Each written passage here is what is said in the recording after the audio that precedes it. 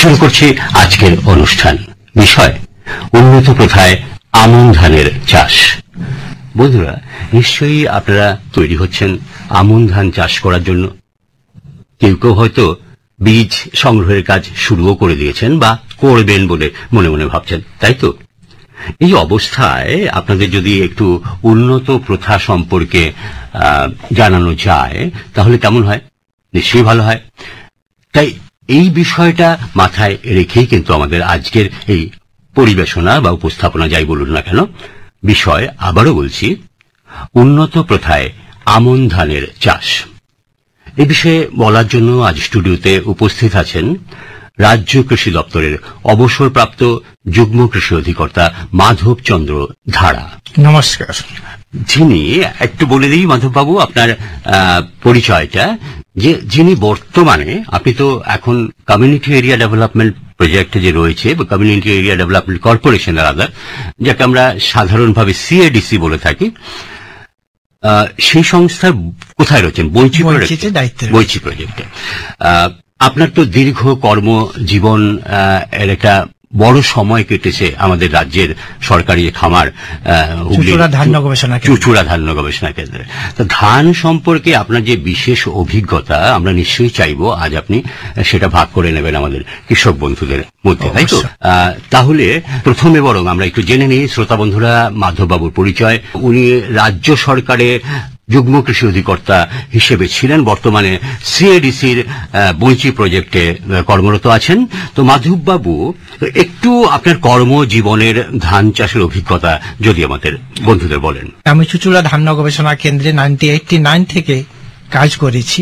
সেই সময় থেকে আমরা বিভিন্ন ধানের উপর, বিভিন্ন জাতের ধান কি পরিস্থিতিতে কিভাবে চাষ করা যাবে, নতুন নতুন প্রযুক্তি আমরা কি, যেমন আমরা SRI, SARP, system of rice intensification, ঠিক একেবারে system of assured rice production, zero tillage process, drum seeder process, এইগুলো চাষিদের মধ্যে যেমন দিয়েছি, ঠিক একইভাবে যে নতুন নতুন ধানগুলো আমাদের গবেষণা কেন্দ্র থেকে তৈরি হয়েছে, কি পরিস্থিতিতে সেগুলো চাষ করা যাবে, কিভাবে করা যাবে, সেই পদ্ধতিতেও আমরা দিয়েছি।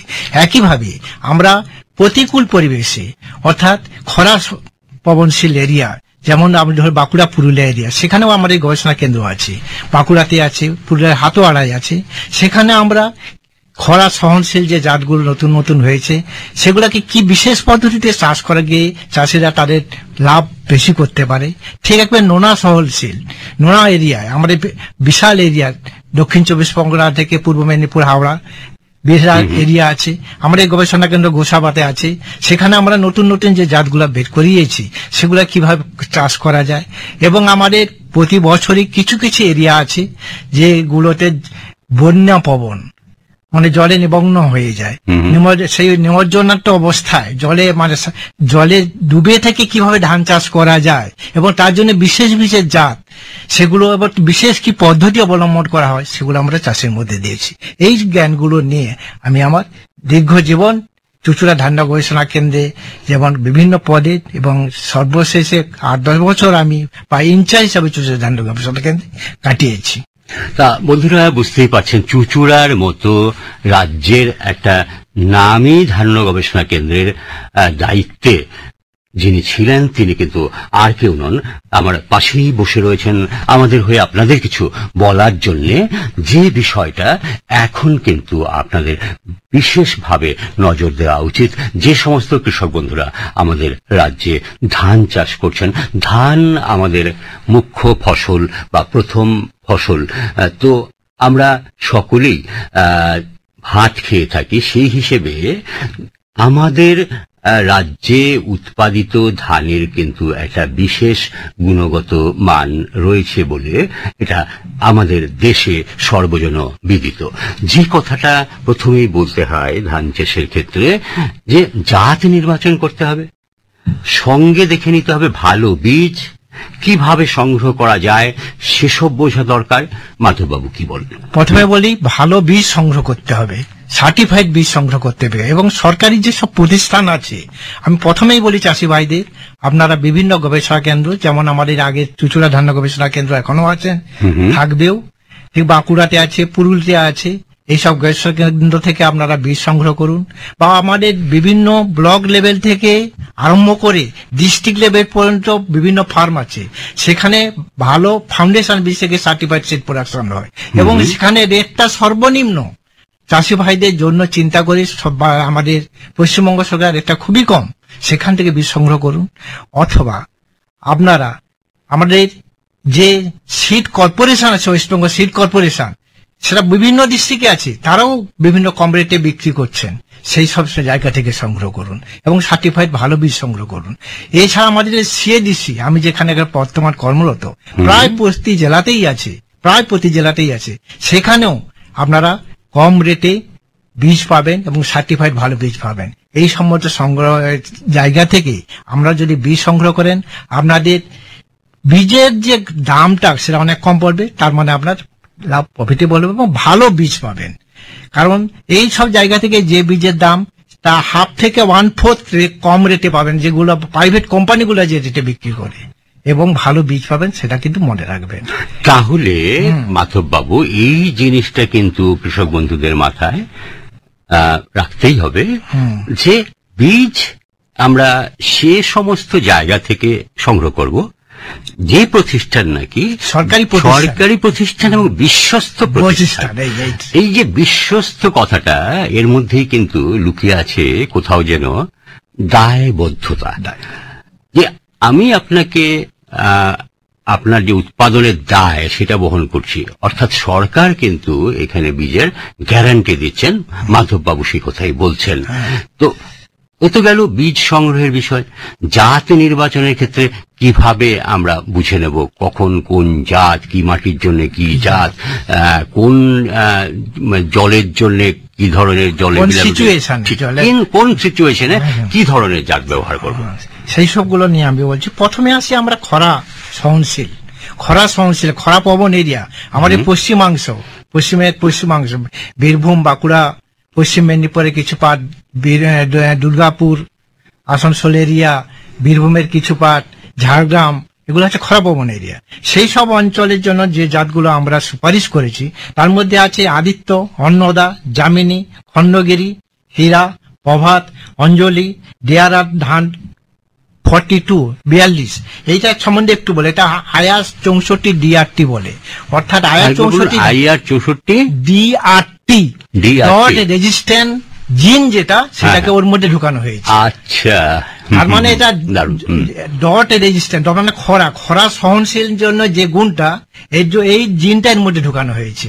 তার মানে এ বেশি খরা হলেও সেখান থেকে কিছু প্রোডাকশন দেবে, ও সহ্য করতে পারবে।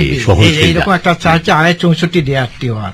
যেমন সুখাধান 5, সুখাধান 6, 5, 6, এই দুটো এই ঠিক একই ধরনের গুণ আছে। ঠিক আছে, পন ধান 16, জলদি ধান 13, 14, ভূপেন, সহভাগী ধান। এই সহভাগী ধান কিন্তু পশ্চিমবঙ্গে খুব নাম করেছে।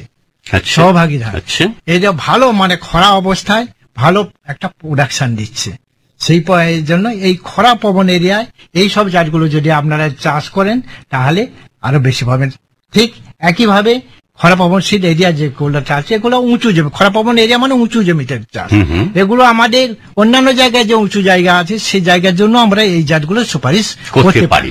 এবার মাঝারি উঁচু জমি যেগুলো মাঝারি 10 থেকে 20 সেন্টিমিটার পর্যন্ত জল দাঁড়ায়, সেই সব জায়গার জন্য আমরা পন ধান 12, M2 1010, ঠিক আছে, IET 4786, IET 4094, IET 4787 মিনিকিট, যেটা আমাদের চুচুড়া কেন্দ্র থেকে উদ্ভাবন হয়েছে। IET 4786, যেটা অ্যাকচুয়ালি পশ্চিমবঙ্গের বড় সিজনে ম্যাক্সিমাম এরিয়া কভার করে। ঠিক আছে, বড় আমন সিজনেও করে, যেটা শতাব্দী নামে পরিচিতি। হ্যাঁ, এই জাতটা ঠিক IET 4094, যেটাকে আমরা এই 4094 এই জাতটা, যেটা এটাও চুচুড়া থেকে উদ্ভাবন হয়েছে। হ্যাঁ, এটাও ভালো এরিয়া চাষ হয়। M2 1010 এইগুলো ঠিক আছে। মাঝারি জমির যেখানে জলটা 20 থেকে 30 সেন্টিমিটার ধরে, সেখানে আমরা শস্যশ্রী, দয়া, ত্রিগুণা, পুষা 1221, গীতাঞ্জলি, প্রতীক্ষা বলে একটা খুব ভালো জাত। এটা হচ্ছে IET 15191 বলা হয়। এই প্রতীক্ষা জাতটাও খুব অনেকেই বেশি চাষ করে, বেশি ভালোভাবে চাষ করে। আর যেখানে আরেকটু জলের অগভীর নিচু জমি অর্থাৎ থেকে 30 থেকে 50 সেন্টিমিটার জল দাঁড়ায়, সেই সব জায়গার জন্য আমাদের যেমন আছে আইটি 15,847, আইটি 15,848।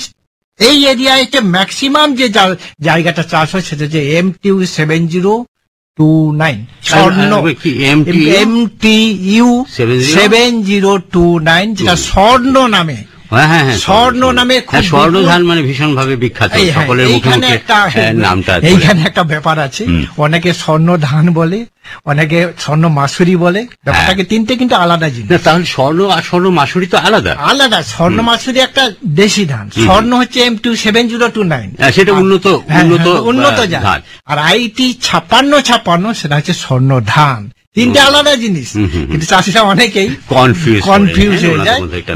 MTU 7029 এই প্রসঙ্গে একটা কথা বলি, এই MTU 7029 এর মধ্যে আমাদের বৈজ্ঞানিকরা সাবমার্জেন্স টলারেন্স জিনকে ঢুকিয়েছেন।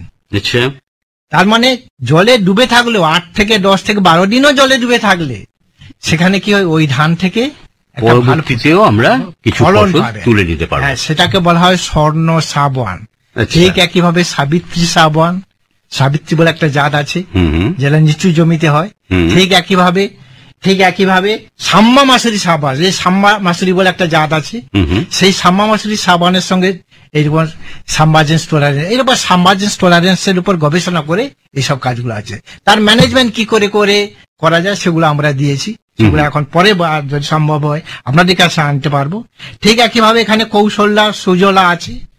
আর একইভাবে আমাদের আরেকটা সূচনা গবেষণা কেন্দ্র থেকে বেরিয়েছে, আমি একটু বলে নিই, অজিত বলে একটা ধান, যেটা 115 থেকে 20 দিনের মধ্যে হয়, এটাও মাঝারি উঁচু জমিতে করা যায়। এই ধানটাও খুব পপুলার হয়েছে বড়ু ও আমন সিজনে। আর একটা মুক্তশ্রী মানে আপনাদের ধরুন আর্সেনিক পবন এরিয়া, যেটা আমাদের গঙ্গার প্রায় সব জেলায় যে আর্সেনিক পবন এরিয়া আছে, সেই আর্সেনিক পবন এরিয়ায় যদি আমরা গবেষণা করে দেখেছি, এবং একটা আমাদের চুচুড়া গবেষণা কেন্দ্র থেকে মুক্তশ্রী বলে একটা জাত বেরিয়েছে। সেই জাতে কি দেখা যাচ্ছে, সেটা যদি ওই এরিয়ায় চাষ করা যায়, খুব মিনিমাম পার্সেন্টেজ, একবার থাকবে না তা নয়, যেটা অন্যান্য ধানের ক্ষেত্রে যে পরিমাণ আর্সেনিক থাকে দানার মধ্যে, খোসার মধ্যে, খড়ের মধ্যে, এটাতে খুব মিনিমাম লেভেল থাকে। তার মানে বলতে পারা যায় না থাকারই মতো, মানে এটা সহনশীল। এই মানে মাটির মধ্যে আছে, কিন্তু সে ধানটা সেটা গ্রহণ করছে না। মাটিতে আর্সেনিক আছে, কিন্তু অন্যান্য ধান সেটা পাচ্ছে না, সেই সব জাত আছে। ঠিক একইভাবে আমাদের নিচু যেগুলো আছে, খুব গভীর জমি, সেখানে আর যেমন আছে অগভীর, যেখানে 30 থেকে 50 সেন্টিমিটার জল ধরে, সেই জায়গায় যেমন আছে Shalivahana, Manas Sarovar, CR 1017, 1018, CR 1017, CR 1018। ঠিক একইভাবে আছে সিআর 1030, এই সব ধারগুলো আছে। এবার প্রায় গভীর জমি, মানে যেখানে জলটা আপনার 50 থেকে 70 সেন্টিমিটার দাঁড়ায়, সেখানে সুধীর, মানন্দা, ভূদেব, এইসব জাতগুলো আছে। আরো গভীর জলের জন্য জিতেন্দ্র, তারপর নিরজা। এখন যেটা আরো ধান চাষ করা হচ্ছে যেগুলো, বর্ষা ধান। আচ্ছা, বর্ষা ধান, এইটা বর্ষাকালে চাষ করা যায় না, ধানটার নাম বর্ষা ধান। কেন বলা হয়, এটা হচ্ছে খুব গভীর জমিতে। ঠিক আছে, আমাদের সবিতা NC 492 বলে একটা জাতও আছে, যেটা ওই সব মানে যেটা হচ্ছে নিচু জমির জন্য। ঠিক আছে, বর্ষা ধান, এই বর্ষা ধান হচ্ছে এই গভীর জমিতেও চাষ করা যায়। এইরকম মানে বিভিন্ন সিচুয়েশনে বিভিন্ন জাতগুলো আছে। এই জাতগুলো যদি চাষ করা যায় তাহলে খুবই লাভবান হবেন আপনারা। আমি অনেকগুলো নাম বললাম, আপনারা কতটা মনে রাখতে পারবে জানি না, তবুও আপনারা চেষ্টা করবে। বিভিন্ন সরকারি যে অফিসগুলো আছে বা আমাদের যে ব্লক লেভেল থেকে আরম্ভ করে সব জায়গায় কিন্তু এই নামগুলো আপনারা গিয়ে জিজ্ঞেস করলে আমাদের যে ব্লকের লেভেলে আমাদের বন্ধুরা আছেন তারা আপনাদের সুপারিশ দেবেন। তো মাধব বাবু, যে সমস্ত কৃষক বন্ধুরা ধান চাষ করছেন, তো তারা মূলত ব্লক লেভেলেই রয়েছেন, পঞ্চায়েত এলাকায় জায়গায় রয়েছেন, তো ব্লক লেভেলে বন্ধুরা আপনারা জানেন যে একজন কিন্তু ব্লক লেভেলে কৃষি কর্মকর্তা রয়েছেন, যাকে আমরা ADA, assistant director of agriculture বলে জানি। তো ওনার দপ্তরে গিয়ে আপনারা যদি যোগাযোগ করেন তাহলে কিন্তু এই জাতগুলো সম্পর্কে আপনারা বিস্তারিত জানতে পারবেন। আমরা চলে আসবো। না, এইখানে আরেকটু বলে নি, এইখানে নিচু জমির জন্য আমাদের কিন্তু বর্তমানে বছরে বলবো না, কয়েক বছর ধরে আমরা যে রাজদ্বীপ আর কনক, এই দুটো আমাদের চুচুড়া ধান গবেষণা কেন্দ্রে বেরিয়েছে, সেগুলোরও বীজ ফাউন্ডেশন বিডার থেকে ফাউন্ডেশন সার্টিফাইড এইভাবে করা হচ্ছে। আর এই প্রসঙ্গে একটু কথা বল যে আমাদের নোনা সহনশীল জাত, যেটা আমি এড়িয়ে যাচ্ছি, বলতে সময় পাইনি, সেইখানে কিন্তু নোনা এরিয়ার জন্য সেখানে জারাভা, নুনিশ্রী, নোনা সম্পদ, গোসাবা 5, যেটা আমাদের চুচুড়া ধান গবেষণার যে সাব শাখা আছে গোসাবাতে, সেখান থেকে রিলিজ হয়েছে। নুনা স্বর্ণ যে সানটা খুব পপুলারিটি পেয়েছে, IR 42078, CSR 10, এবং আগে যে জাতগুলো ছিল আপনারা জানেন, মালাবতী, চামরমণি, আমলমোনা, মোহন, হ্যামিল্টন, ভূতনাথ, পোকখালি, নোনা বগরা, মরিশাল, এগুলো তো আগের জাত। নতুন যেগুলো আগে বললাম, জারাবা, নুনিশ্রী, নোনা সম্পদ, গোসাফা 5, নোনা স্বর্ণ, এগুলো হচ্ছে খুব উন্নত জাত বর্তমানে রিলিজ হয়েছে। তাহলে কৃষক বন্ধুরা নিশ্চয়ই বর্তমানে যে উন্নত জাতগুলো উদ্ভাবন হয়েছে, যেগুলোর কথা বললেন, সে পুরনো জামানায় না গিয়ে সেই জাতগুলো না ব্যবহার করে যদি বর্তমানে যে সমৃদ্ধি পাচ্ছে সেগুলো ব্যবহার করে, তাতেই তো ভালো হয়, তাতে ফলনটা অনেক বেশি। হ্যাঁ, ফলনটা বেশি হয়। এবার পাবেন কোথায় সেই জাতগুলো, সেটা হচ্ছে প্রশ্ন। তাহলে ওনারা কি এই যে সরকারি খামারগুলোতে গেলে অবশ্যই পেয়ে যাবে। তাহলে এই যে নোনা এরিয়া সম্বন্ধে আমাদের যে গোসাবায় আমাদের সাব স্টেশন আছে, হ্যাঁ, সল রেজিস্ট্যান্ট ভ্যারাইটির যে প্যাডি রিসার্চ স্টেশন, সেখানে গিয়ে এইগুলো পাওয়া যেতে পারে।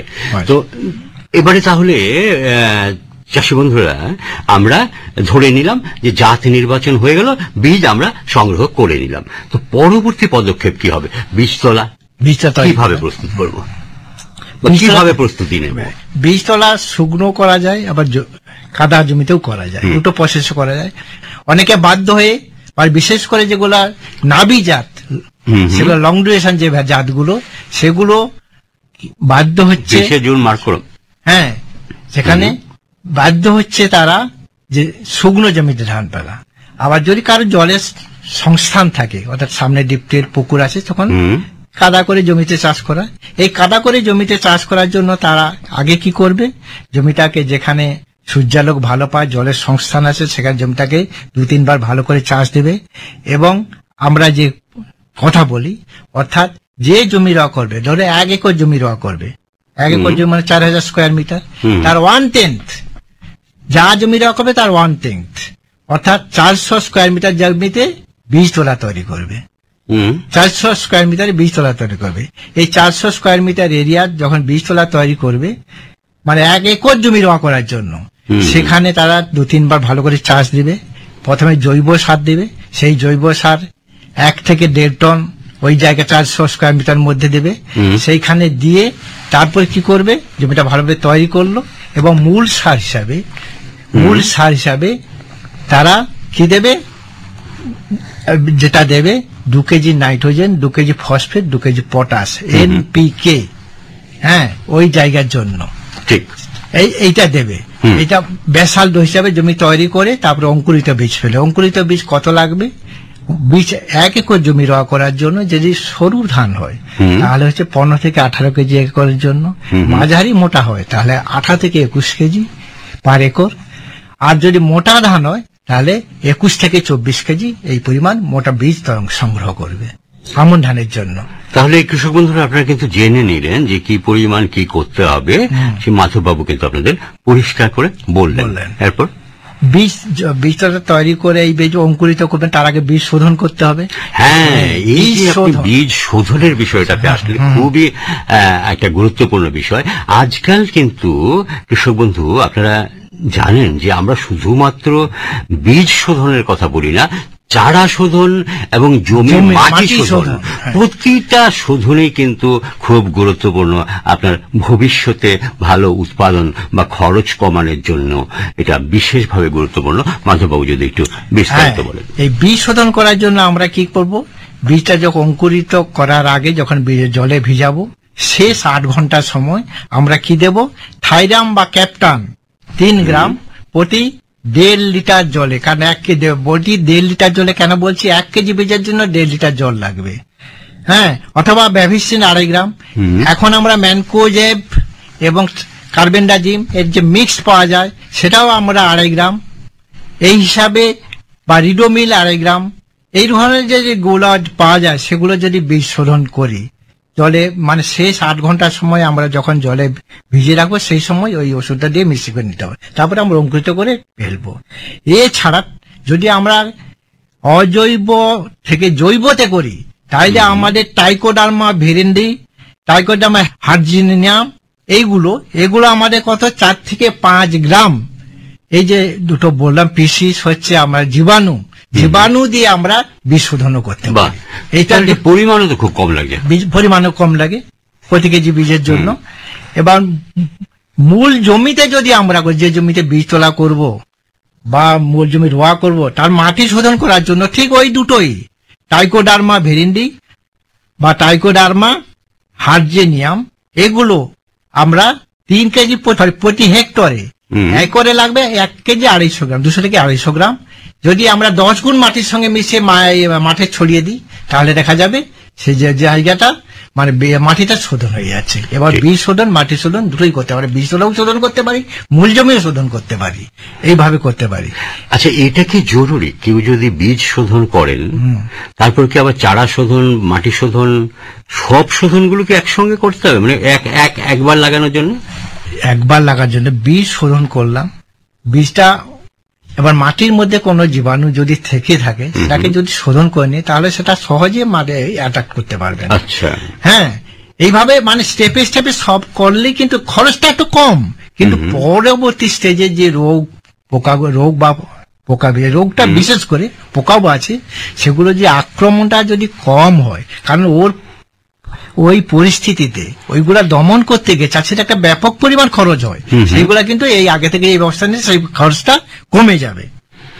তাহলে মাধববাবু, আমরা তো আজকে যে কথা বলছিলাম যে আমরা কৃষক বন্ধুদের একটু আগাম জানানোর চেষ্টা করছি যে উন্নত প্রথায় আমন ধানের চাষ নিয়ে।